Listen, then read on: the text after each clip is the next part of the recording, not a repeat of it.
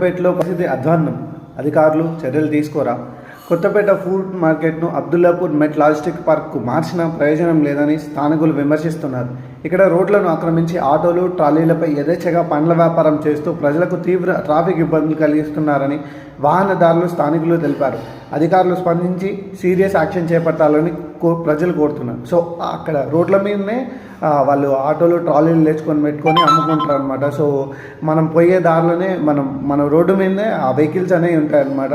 So దానివల్ల చాలా ఇబ్బందికి గురవుతారు. ఈవెన్ ఫుట్పాత్ మీద కూడా వాళ్ళు అన్ని స్టాల్స్ పెట్టుకొని అమ్ముతుంటారు అనమాట. సో వాళ్ళకి ఏదైనా ఆల్టర్నేటివ్ ప్లేస్ని కల్పించి కొంచెం వేరే ప్లేస్లో వాళ్ళని ఇట్లా పెట్టుకునేటట్టు ప్రొవైడ్ చేస్తే బాగుంటుంది. ఎందుకంటే దానివల్ల జనాలకు ఇబ్బంది అవుతుంది, అట్ ది సేమ్ టైం నడిచేటోళ్ళకు కూడా బాగా ఇబ్బంది అవుతుంది, ట్రాఫిక్ పెరుగుతుంది. సో దీని మీద డెసిషన్ తీసుకోవాల్సిన అవసరం అయితే ఉంది.